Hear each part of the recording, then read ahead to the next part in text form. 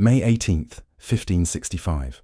The Mediterranean sun rises over the fortress island of Malta to reveal a sight that should have guaranteed certain defeat. 159 Ottoman warships darken the horizon, their hulls heavy with 40,000 of the Sultan's finest warriors. Cannons capable of reducing stone walls to rubble. Siege towers that dwarf the ancient fortifications. The most powerful military machine on earth has come to erase a tiny garrison of 600 defenders from existence. Among those defenders stand just 90 Knights Hospitaller, elite warrior monks who have already been driven from one island fortress. Men who swore sacred oaths to defend Christendom against exactly this moment. They know the mathematics of their situation. They know what happened to Constantinople 12 years earlier. They know that no fortress in living memory has withstood the Ottoman war machine once it commits to total conquest. Yet by September 8th, when the last Ottoman ship disappears beyond the horizon, 25,000 enemy dead will carpet the rocky shores of Malta. The greatest siege army ever assembled will retreat in defeat, never to return. The unstoppable expansion of the Ottoman Empire will halt at these blood-stained walls. But how could 90 knights and 500 soldiers accomplish what seemed impossible? The answer lies in understanding what the Ottoman commanders saw when they first studied Malta through their brass telescopes. They saw opportunity. The Knights Hospitaller had been granted this rocky island by Emperor Charles V in 1530 after Suleiman the Magnificent expelled them from Rhodes. For 35 years, they had transformed Malta into something far more dangerous than a mere fortress. They had made it a dagger pointed at the heart of Ottoman power. From Malta's harbours, the knights' galleys struck Ottoman shipping with surgical precision. They captured treasure ships bound for Constantinople. They freed Christian slaves by the thousands. They humiliated Ottoman admirals and made the eastern Mediterranean unsafe for Muslim commerce. When the knight commander Romagus captured the chief eunuch's personal vessel in 1564, along with the nurse of Sultan Suleiman's own daughter, the insult became unbearable. Suleiman's response was methodical and overwhelming. Through the winter of 1564, Ottoman arsenals worked day and night forging cannons, casting shot, and stockpiling gunpowder. Recruitment orders went out across the empire. The Sultan's best generals received their commissions. Admiral Piale Pasha would command the fleet. Mustafa Pasha would lead the ground forces. Dragut, the most feared corsair in the Mediterranean, would coordinate the assault. By spring 1565, intelligence reports reached Malta's Grand Master, Jean Parisot de Valette. The network of spies the knights maintained in Constantinople painted a terrifying picture. This would not be a raid or a demonstration. This was extermination. Suleiman had committed the full resources of his empire to wiping Malta from the map. Valette's preparations revealed the mind of a master strategist. He ordered the harvest of every grain crop on the island. Cisterns were filled to capacity with fresh water. Artillery was positioned in concealed emplacements. Most critically, he issued summons to every knight across Europe, commanding their immediate presence in Malta. The response was limited, but determined. Veterans of Rhodes arrived knowing this might be their final battle. Young knights came seeking glory in what many believed would be Christianity's last stand in the Mediterranean. The fortress island they would defend was uniquely suited to prolonged siege warfare. Malta's Grand Harbour was protected by 3 primary fortifications. Fort St. Angelo commanded the harbour entrance from its rocky promontory. Across the water, Fort St. Michael defended the Sanglier Peninsula. Between them lay the town of Birgu, where most of the garrison was concentrated. At the harbour mouth stood Fort St. Elmo, a small star-shaped fortress that controlled access to both harbours. But geography alone would not save Malta. The island's strategic value lay in its position astride the major shipping lanes between Constantinople and the Ottoman territories in North Africa. Control of Malta meant control of the central Mediterranean. For the Ottomans, capturing the island would open the sea routes to their Barbary corsair allies and provide a launching point for attacks on Sicily and the Italian mainland. When the Ottoman fleet arrived on May 18th, their commanders faced their first critical decision. Mustafa Pasha favored a direct assault on Medina, the old capital in Malta's interior. Capture the administrative center, he argued, then reduce the coastal fortifications at leisure. Admiral Paale disagreed. The fortifications commanded the harbors where the fleet needed to anchor safely. Take the forts first, secure the anchorage, then complete the conquest. The debate revealed a fundamental flaw in Ottoman planning.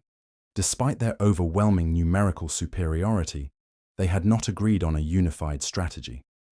Paale's view prevailed, largely because his ships needed protected anchorage for what was expected to be a brief campaign. Ottoman engineers estimated that Fort St. Elmo would fall within 3 days of serious bombardment. This decision played directly into Valet's defensive strategy. The Grand Master had correctly anticipated that any Ottoman assault would begin with an attempt to secure the harbour entrance. He had prepared accordingly, moving his heaviest artillery into Fort St. Elmo and positioning his most experienced knights to command its defence. The fortress that the Ottomans expected to capture in 3 days was far stronger than it appeared from the sea. St. Elmo's star-shaped design maximised defensive firepower while minimising dead angles where attackers could shelter. Its walls, though not particularly high, were backed by earth ramparts that absorbed the impact of cannon fire. Most importantly, underground passages connected the fort to the main defensive positions across the harbour, allowing reinforcement and resupply under cover of darkness. The Ottoman bombardment began at dawn on May 24th with a cannonade that shook the entire island. Massive stone balls weighing over 160 pounds crashed into St. Elmo's walls with the regularity of a heartbeat. Smaller guns fired continuously, creating a hellish din that could be heard for miles. The fortress seemed to disintegrate under the relentless pounding, its outer walls crumbling into rubble slopes that should have provided easy access for assault troops. Yet when the Janissaries charged through the breaches, they discovered that Fort St. Elmo remained very much alive. The knights had prepared killing zones where crossfire from concealed positions cut down attackers in windows. Emergency repairs conducted each night rebuilt critical defences before dawn. Fresh ammunition arrived through the harbour tunnel, along with replacement troops for the exhausted garrison. The 3-day assault stretched into a week, then 2 weeks, then 3. Each day cost the Ottomans hundreds of their finest soldiers, including elite Janissaries whose training took years to complete. The psychological impact was devastating. If a minor outpost like St. Elmo could exact such a toll, what would the main fortifications demand? On June 23rd, Fort St. Elmo finally fell, but the victory felt hollow. The Ottomans had lost approximately 8,000 men, including Dragut, who died from wounds received during the final assault. The fortress they captured was a smoking ruin that provided no strategic advantage beyond harbour access. Worse, the prolonged siege had consumed precious time and irreplaceable veteran troops. The Ottoman commanders stared across the water at their remaining objectives with growing unease. Mustafa Pasha had committed his reputation to a swift victory, yet the capture of a single outpost had consumed a month and cost him his most experienced troops. The main fortifications of Birgu and Senglea still bristled with artillery, their walls intact and their garrisons unbroken. From Fort St. Angelo, Grand Master Valet watched the enemy preparations with calculating eyes. The 70-year-old knight had spent decades studying Ottoman tactics, first at Rhodes, then through countless naval encounters across the Mediterranean. He understood that Mustafa's early focus on St. Elmo had been a strategic error that gifted the defenders precious time to strengthen their primary positions. The Ottoman plan for the next phase revealed both ambition and desperation. Mustafa ordered the construction of a massive siege tower, 50 feet tall and mounted on wheels, designed to overtop the walls of Fort St. Michael on the Senglea Peninsula. Teams of engineers worked through July's blazing heat, assembling the wooden structure and covering it with wet hides to prevent fire attacks. Inside, the tower could hold 500 assault troops who would storm directly onto the ramparts once the structure reached the walls. Simultaneously, Ottoman artillery positions were expanded and reinforced. The guns that had reduced St. Elmo to rubble were repositioned to concentrate their fire on specific sections of the main fortifications. The bombardment that began in early July surpassed even the intensity of the St. Elmo assault. Contemporary accounts describe the sound as continuous thunder that prevented sleep for miles around the siege lines. The psychological warfare was equally methodical. Ottoman trumpeters and drummers maintained a constant din designed to unnerve the defenders. Captured Christian heads were fired from cannons into the fortress courtyards. Messages promising mercy for surrender were shot over the walls on arrows. Though Valette had already made clear that no negotiation was possible, the Knights' response demonstrated the organizational skills that had made their order famous across Europe. Each section of the walls was assigned to specific commanders who maintained detailed knowledge of their defensive positions. Emergency repair crews worked in shifts, rebuilding damaged sections each night using rubble and timber. Most critically, the Knights enforced strict discipline over the civilian population, preventing panic and maintaining essential services even under constant bombardment. The siege towers advanced toward Fort St. Michael in late July, represented the Ottoman assault's technical pinnacle. The massive structure moved slowly across the broken ground, pushed by hundreds of men while artillery provided covering fire. From the fortress walls, the defenders could see assault troops massing inside the tower through gaps in its protective covering. The psychological impact was enormous. If the tower reached the walls, the small garrison of St. Michael would be overwhelmed by sheer numbers. Valette's counter-strategy revealed his understanding of siege engineering. Rather than attempting to destroy the tower with direct artillery fire, the Knights targeted its supporting infrastructure. Chain shot, consisting of 2 cannonballs connected by iron chains, proved devastatingly effective against the wooden framework. When the tower finally reached effective range of the fortress guns, concentrated fire from multiple angles brought the entire structure crashing down in minutes. The failure of the siege tower marked a turning point in Ottoman morale. Mustafa had committed enormous resources to what his engineers promised would be a decisive assault.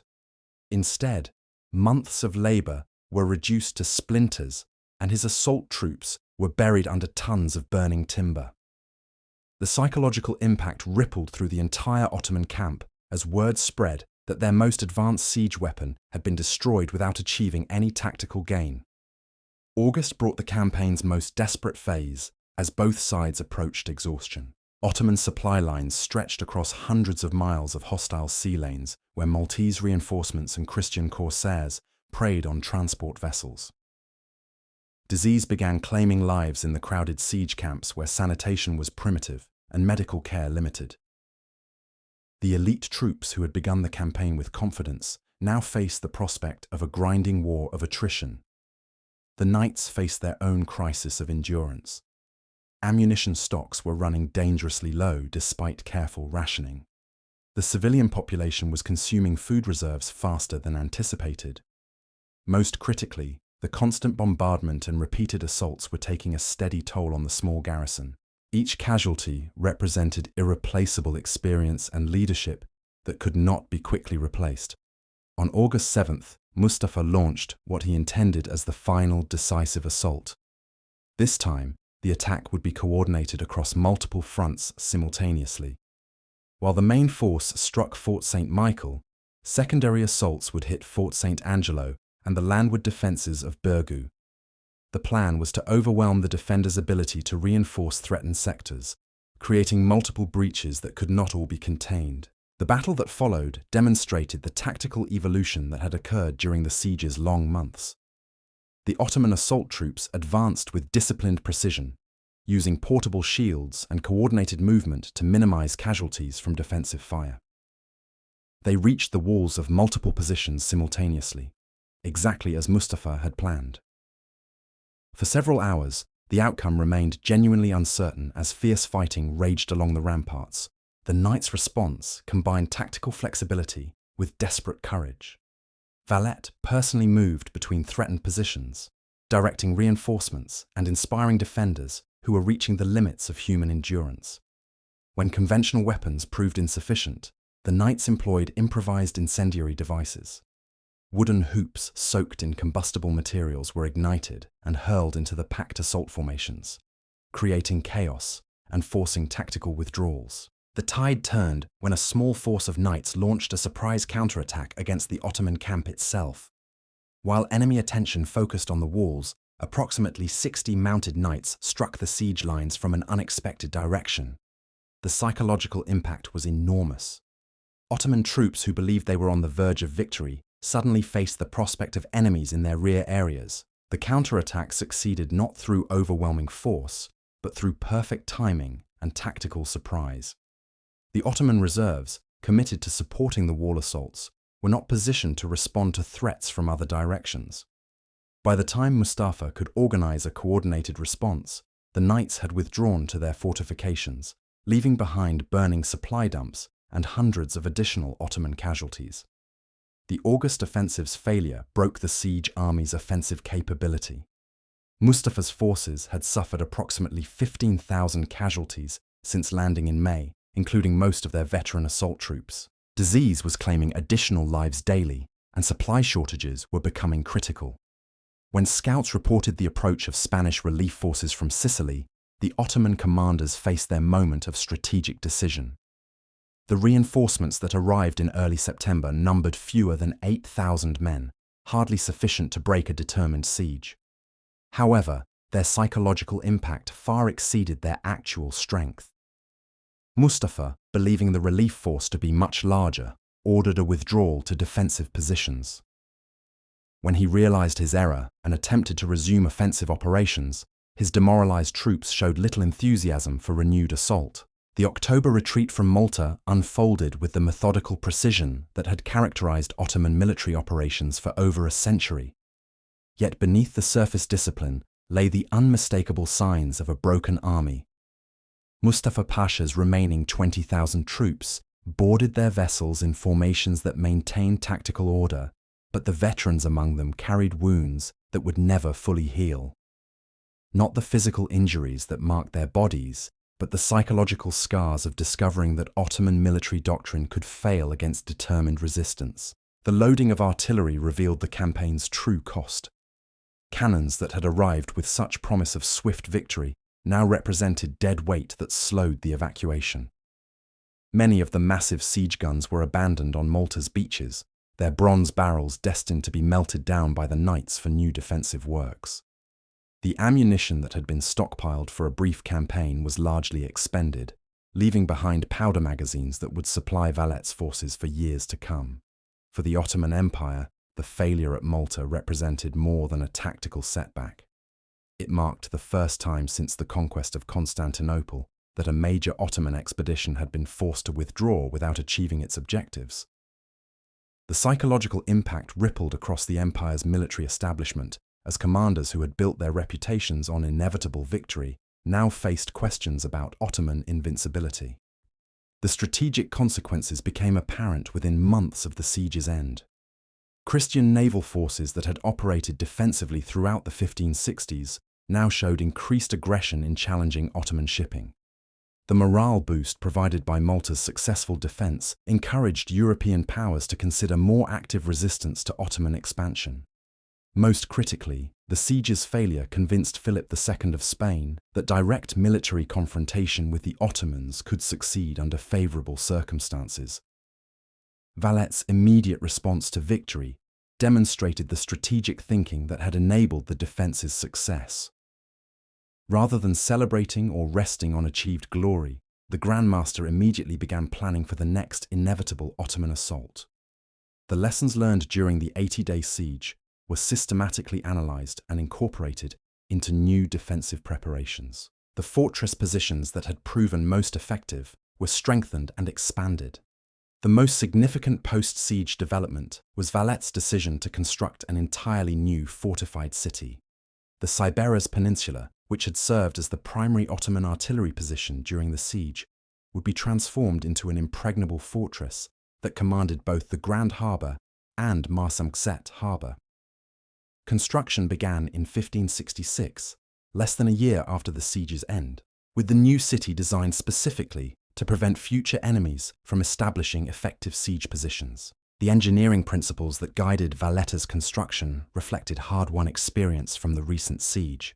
The new fortifications incorporated angled bastions that eliminated dead zones where attackers could shelter from defensive fire.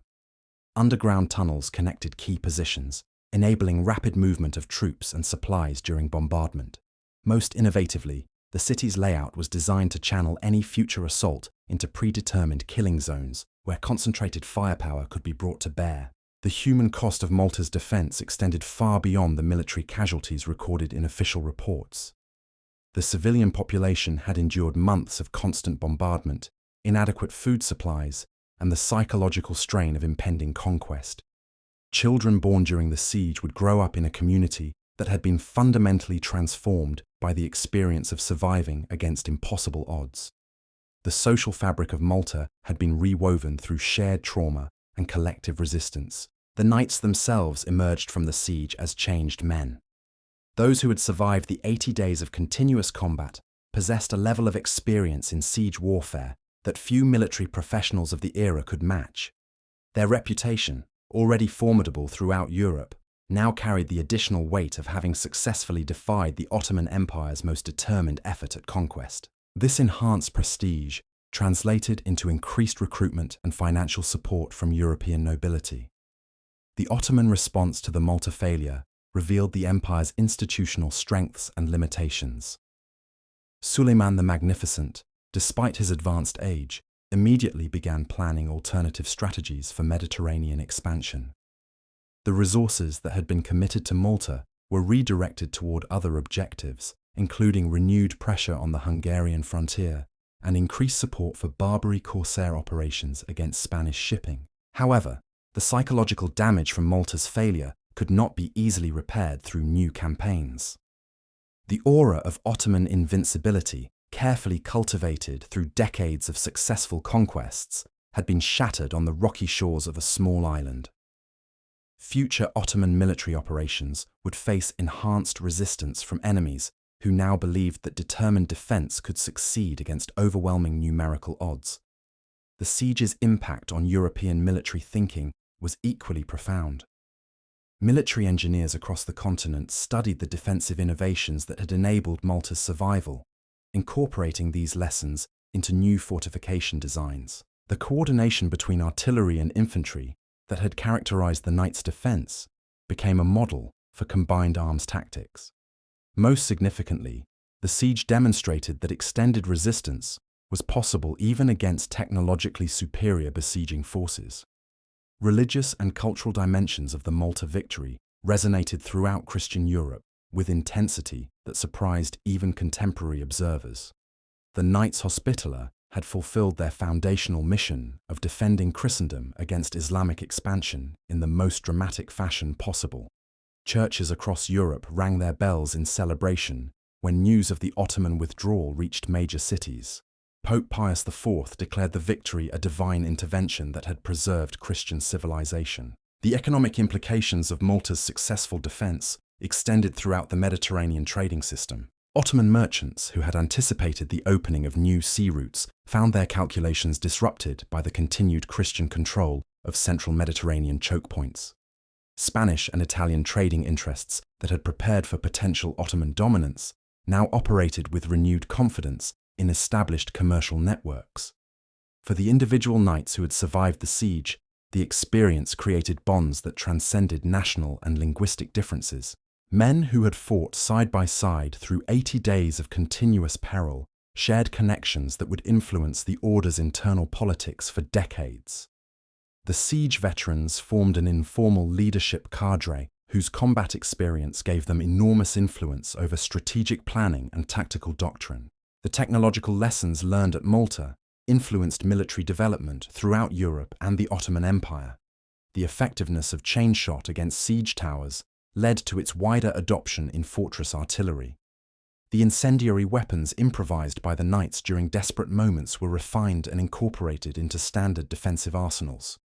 Most importantly, the siege demonstrated the continued effectiveness of well-designed fortifications against even the most advanced artillery of the period. The intelligence networks that had provided early warning of the Ottoman assault were expanded and systematized in the siege's aftermath. Valette recognized that advanced knowledge of enemy intentions had been crucial to the defense's success.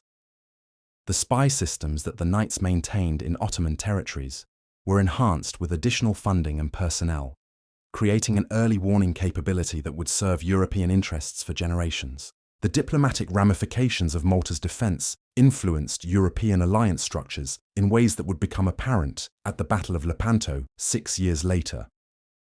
The demonstration that Ottoman forces could be defeated through coordinated resistance encouraged the formation of the Holy League that would achieve the century's most significant Christian naval victory.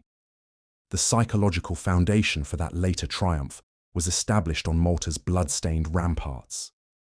The siege's conclusion marked the beginning of a new phase in Ottoman-European relations. The empire's expansion, which had seemed inexorable for over 2 centuries, now faced systematic resistance from enemies who had learned that determined defense could succeed. The Mediterranean, which Ottoman planners had expected to become a Muslim lake, would remain contested territory where neither side could claim permanent dominance. As winter settled over Malta in late 1565, the island's defenders began the long process of reconstruction and preparation. The fortifications that had saved Christian Europe required extensive repair and enhancement. The human community that had survived 80 days of siege needed to rebuild not only its physical structures, but also its capacity for normal life.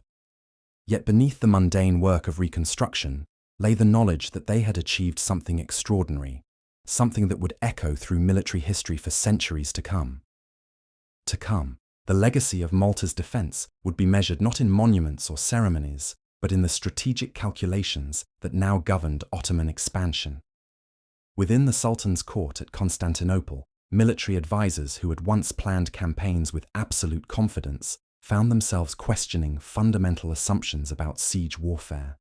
The mathematics that had previously guaranteed victory, overwhelming numbers supported by superior artillery, had proven insufficient against a defense that combined tactical innovation with unbreakable resolve. The intelligence reports that reached Suleiman through the winter months painted a sobering picture of the campaign's true cost.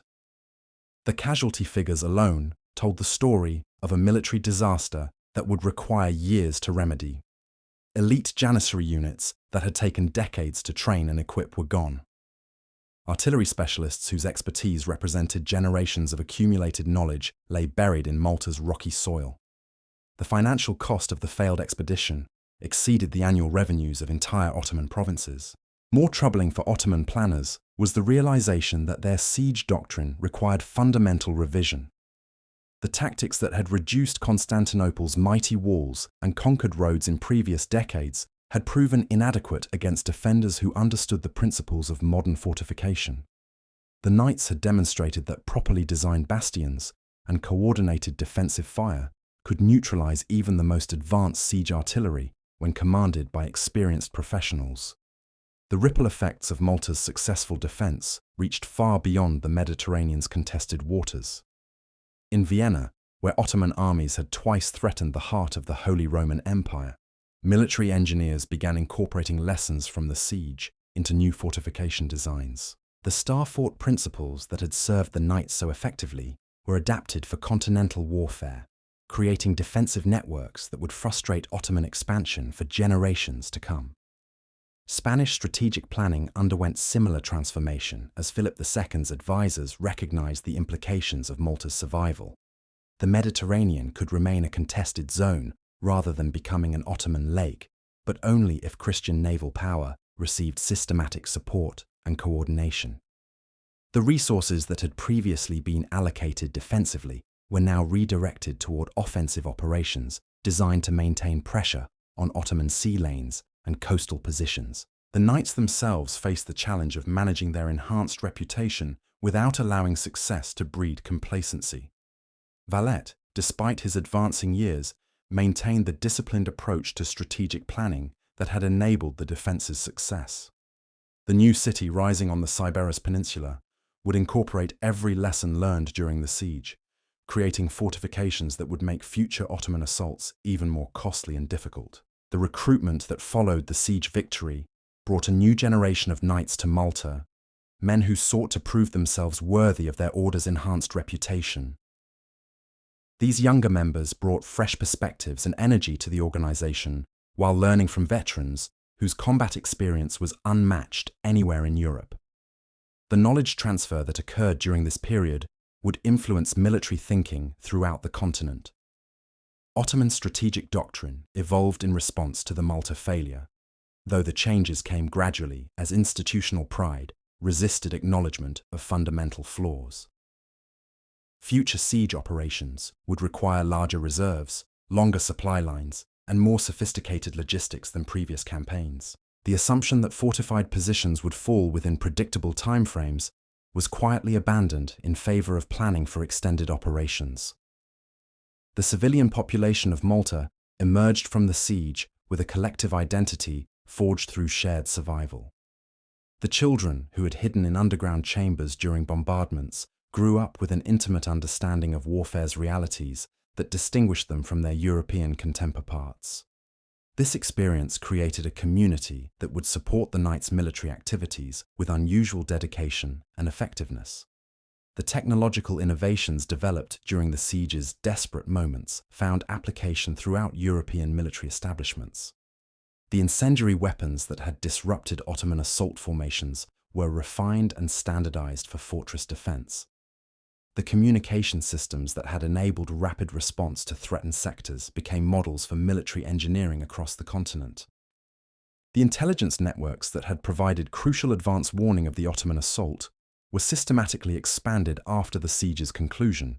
The Knights recognized that their survival had depended partly on months of preparation time that early intelligence had made possible. The spy systems operating in Ottoman territories received increased funding and personnel, creating capabilities that would serve European interests for decades. Religious implications of the siege victory resonated throughout Christian Europe with intensity that surprised even church leadership. The Knights had fulfilled their foundational mission in the most dramatic circumstances possible, validating the concept of military religious orders when many European powers were questioning such institutions. The recruitment and financial support that followed the victory strengthened the order's position across the continent. The economic consequences of Malta's successful defense influenced Mediterranean commerce in ways that became apparent over subsequent years. Trading routes that Ottoman planners had expected to control remained in Christian hands, preserving commercial networks that connected European markets with Eastern Mediterranean ports. The confidence that followed the siege victory encouraged increased investment in maritime trade that had previously been considered too risky. The siege's conclusion marked a fundamental shift in Ottoman strategic priorities that would influence imperial policy for generations. The resources that had been committed to Mediterranean expansion were gradually redirected toward other frontiers where resistance seemed less determined. The Hungarian border, the Persian frontier, and North African operations received attention that had previously been focused on island fortresses. The human bonds created during 80 days of shared peril influenced the Knights' internal structure in ways that extended far beyond military considerations. The brotherhood that had been tested under the most extreme circumstances developed loyalties and working relationships that enhanced the order's effectiveness in both military and administrative functions. These connections would influence leadership decisions and strategic planning for decades. The fortification principles demonstrated at Malta influenced defensive architecture throughout Europe as military engineers studied the siege's lessons and adapted them to continental warfare. The coordination between artillery and infantry that had characterized the Knights' defense became standard doctrine for fortress garrisons. The psychological factors that had maintained morale during extended bombardment were analyzed and incorporated into military training. The siege's impact on Ottoman military culture proved more profound than immediate strategic consequences suggested. The army that had arrived at Malta with absolute confidence in inevitable victory departed with questions about fundamental tactical assumptions. These doubts would influence future military planning in subtle but significant ways, creating hesitation where previous generations had shown unwavering certainty. The intelligence gathered during the siege provided European military establishments with unprecedented insight into Ottoman siege doctrine and capabilities. The tactical information collected through 80 days of close observation would influence defensive planning throughout Christian Europe. The understanding of Ottoman artillery capabilities, assault techniques, and logistical requirements gave defenders crucial advantages in future confrontations. The precedent established at Malta influenced resistance movements throughout Ottoman territories, as subject populations learned that determined defense could succeed against overwhelming numerical odds. While few communities possessed the knights' military expertise or fortification advantages, the psychological impact of the siege victory encouraged resistance activities that would complicate Ottoman administration for years to come. The transformation of Malta from a defensive position into a major naval base began immediately after the siege's conclusion, as Valette recognized that survival alone was insufficient for long-term security. The harbors that had been defended so successfully would become launching points for offensive operations designed to maintain pressure on Ottoman shipping and coastal positions throughout the eastern Mediterranean. As 1565 drew to a close, the full implications of Malta's successful defense were only beginning to emerge. The Ottoman Empire's expansion, which had seemed inexorable for over 2 centuries, now faced systematic resistance from enemies who had learned that determined defense could achieve victory against overwhelming odds. The Mediterranean would remain contested territory where neither side could claim permanent dominance, and the psychological foundation for future Christian victories had been established through 80 days of desperate resistance that proved impossible was merely difficult. The mathematics were simple. 40,000 Ottoman soldiers had been repelled by 600 defenders, 25,000 enemy casualties against losses that, while significant, left the garrison intact and capable of continued resistance. These numbers alone demonstrate why the Great Siege of Malta stands as one of history's most remarkable defensive victories. But the true measure of success lies not in casualty figures or territorial control. It lies in the strategic consequences that rippled across the Mediterranean and beyond. The Ottoman Empire's expansion westward ended at Malta's walls. Never again would Suleiman's forces attempt such a massive assault on Christian Europe's Mediterranean defenses. The aura of Ottoman military superiority, carefully cultivated through decades of conquest, had been shattered by 90 knights and their supporting garrison. The siege proved that determined resistance, proper preparation, and experienced leadership could overcome overwhelming numerical odds. Valette's strategic vision, the knights' organizational discipline, and the coordinated defense of multiple fortifications created a defensive system that absorbed everything the Ottoman war machine could deliver. The lessons learned during those 80 days would influence military thinking across Europe for generations. Malta's survival marked the beginning of Ottoman decline in the Mediterranean. 6 years later, the Holy League would achieve decisive naval victory at Lepanto, building on the psychological foundation established during Malta's desperate defense. The confidence that followed the siege victory encouraged European powers to challenge Ottoman expansion rather than merely endure it. For the Knights Hospitaller, Malta represented the fulfillment of their sacred mission in the most dramatic circumstances possible. They had preserved Christian Europe when its survival hung by the thinnest of threads. The fortress island they defended would remain in their hands for over 2 centuries more, a testament to what disciplined professionals could achieve when everything they valued stood at risk.